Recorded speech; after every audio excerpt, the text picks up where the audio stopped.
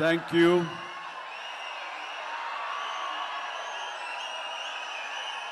దూర ప్రాంతాల నుంచి, ఇక్కడ ఈ సిటీ నుంచి, చుట్టుపక్కల నుంచి, 2 రాష్ట్రాల్లోనే కాకుండా ఇతర రాష్ట్రాల నుంచి కూడా వచ్చేటువంటి ప్రతి ఒక్కరికి, మా మెగా ఫ్యాన్స్ అందరికీ హృదయపూర్వక నమస్కారం. అలాగే మీకు నూతన సంవత్సర శుభాకాంక్షలు, అలాగే ముందస్తుగా సంక్రాంతి శుభాకాంక్షలు.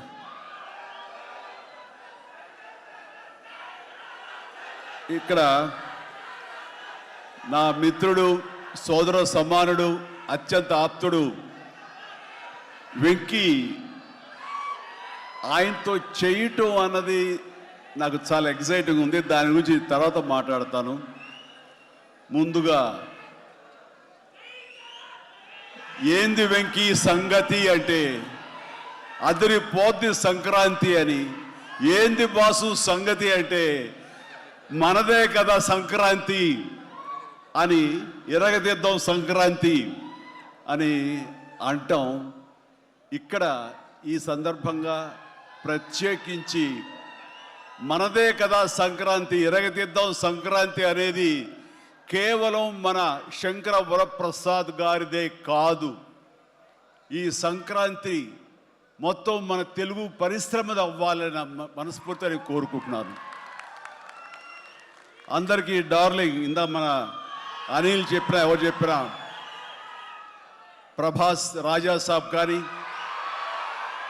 అన్నయ్య అంటూ ఆప్యాయంగా పిలిచే నా తమ్ముడు రవితేజ సినిమా కానీ, అలాగే మా ఇంట్లో సరదాగా తిరుగుతూ చిన్నప్పటి నుంచి పెరిగినటువంటి శర్వానంద్, నారే నారే నడుమ మురారి కానీ, నాకు గురువుగా నన్ను భావిస్తూ నా శిష్యుడిగా ఉన్న నవీన్ పోలిశెట్టి, వీళ్ళందరి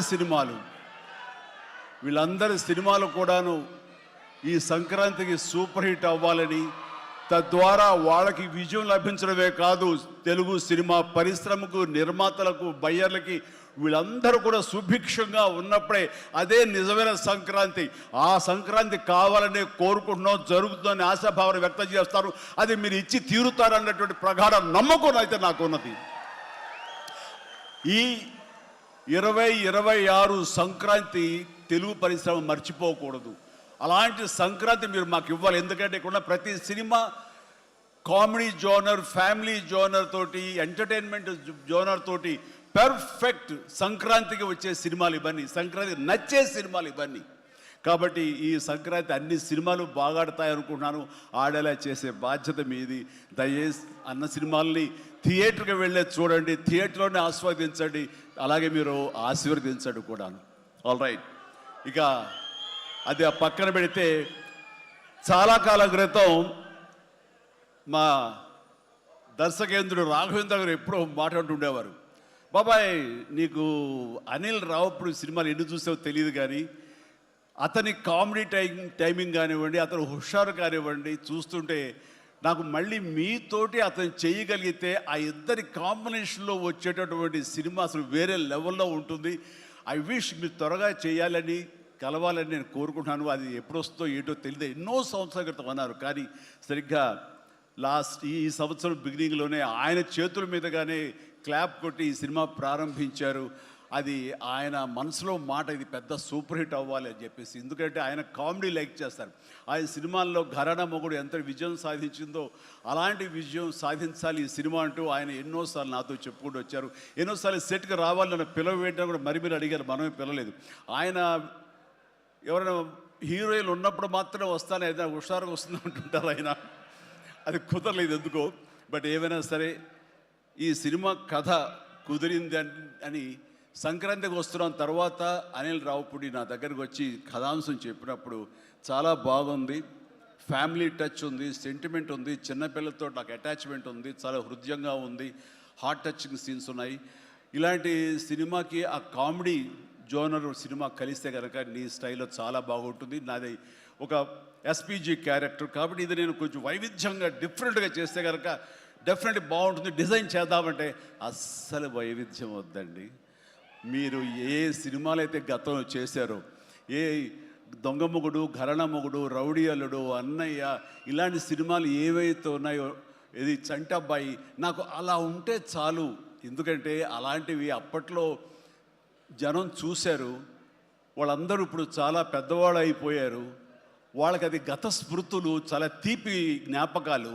ఇప్పుడున్న జనరేషన్ మీరు అవి ఎలా చేస్తారో కూడా వాళ్ళకి వాళ్ళకి ఏమీ తెలియకపోవచ్చు. కానీ అది ఇది తెలిసిన మధ్యలో పుట్టి మాలాంటి వాళ్ళం అది మళ్ళీ ఈ జనరేషన్ గుర్తు చేసి మీరంటే ఏమిటో తెలియచెప్పాలన్న నా ప్రయత్నానికి మీరు చెయ్యాలి. ఆ విధంగా నేను అన్నందుకు ఐ థింక్ ఓకే. ఇంకా అలా చేయటం అంటే కనుక అది నా కేక్ ఒకటే. మీతో అలా చూడాలి నా కోరిక అంటూ ఎప్పుడెప్పుడు సినిమాల్లో ఏమేమి సీన్స్ ఉన్నాయో అవన్నీ కూడా పొందుపరిచి ఒక క్యాప్సూల్లా చేసి ఆయన దాన్ని ఫోన్లో పెట్టుకునేవారు. ఏదైనా ఒక సీన్ ఉంటే కనుక ఈ సీన్ని ఈ సినిమాలో ఉన్న ఈ కామెడీ టైమింగ్ తోటి దీన్ని కన్సీవ్ చేశాను, అలా మీరు చేయాలని. అండ్ ఈ సీను ఈ సినిమాలో పలానా సినిమాలో ఘరణ మొగుడులాగా ఇలాగా వైఫ్ తోటి మీరు కన్సీవ్ చేసి అలా చేయాలంటూ చాలా చక్కటి హోంవర్క్ చేసుకుని నా బాడీకి నాకు ఏది కంఫర్టబుల్లో ఆ విధంగా తను ఆ సీన్స్ని కన్సీవ్ చేసుకుంటూ చాలా చాలా సరదాగా చేసుకుంటూ వచ్చాం. ఈ సినిమాలో నవీన్ మన అనిల్తో చేయటం అనేది నాకు ఒక చక్కటి ఎక్స్పీరియన్స్. అంటే ఈ ఎక్స్పీరియన్స్ ఎలాంటిది అంటే సినిమా షూటింగ్ అయిపోయిన ఆఖరి రోజున చాలా ఎమోషనల్గా ఫీల్ అయ్యాను నేను. ఎందుకంటే ఏదైనా ఒక సినిమా అయ్యిందంటే అబ్బా చాలరా అయిపోయింది, ఇంక చాలు, గుమ్మడిగా కొట్టేస్తారు, ఇంక మనం వేరే సినిమా షిఫ్ట్ అయిపోవచ్చు అన్న ఆ మూడ్లో ఉంటాం. కానీ సినిమా అయ్యే రోజున ఆఖరి రోజు అయితే కనుక నేను ఈ కాలేజీ వదిలేసి వెళ్ళిపోయి ఆఖరికి చూడండి ఫేర్వెల్ పార్టీ అప్పుడు అందరూ ఒకళ్ళొకరు ఎమోషనల్గా ఉంటారు. వేరే మళ్ళీ ఎప్పుడు కలుస్తారో ఎలా కలుస్తారో తెలియని పరిస్థితి. అలాంటి ఎమోషన్ ఎందుకో లోనయ్యాను. అది నాకు ఎప్పుడు అంతకుముందు అనుభవంలో రాలేదు, ఎప్పుడు లేదు నాకు. అలాంటి ఫీలింగ్ వచ్చింది. అనిల్ ఏంటంటావు అనిల్ అని. ఏమో సార్ నాకు అదే ఫీలింగ్ ఉందండి అని. ప్రతిరోజు ఒక ఎక్స్కర్షన్కి వెళ్ళినట్టు, ప్రతిరోజు ఒక పిక్నిక్కి వెళ్ళినట్లుగా సరదాగా జరుగుతూ మార్నింగ్ 9 నుంచి 8 నుంచి ఈవినింగ్ 7:30, 8 వరకు కూడా ఎంత చక్కగా సరదాగా జరిగిందంటే నాకు ఎప్పుడు ఇంత బాగా జరిగిందంటే మరీ పూర్వం ఆ రోజుల్లో అది గుర్తుకొచ్చింది. కానీ ఈ మధ్యకాలంలో ఇంత సరదాగా ఎంత హుషారుగా జరిగిన సినిమాలు అయితే నాకు ఇది చేయలేదు. దానికి ప్రధానమైన కారణం సీన్ కానివ్వండి, అది మేము చేసే విధానం అయితే ఉండొచ్చు, కానీ మా చేత నడిపించిన విధానం, అందరినీ అంత సరదాగా పెట్టినటువంటి అట్మాస్ఫియర్ క్రియేట్ చేసినట్టు ఇది కేవలం అనిల్ రావిపూడికి మాత్రమే చెందుతుంది. అండ్ ఎక్కడ ఏది టైం తెలియనివాడు, ప్రతి ఒక్కరిని on the screen off the screen హుషారుగా ఉంచుతాడు.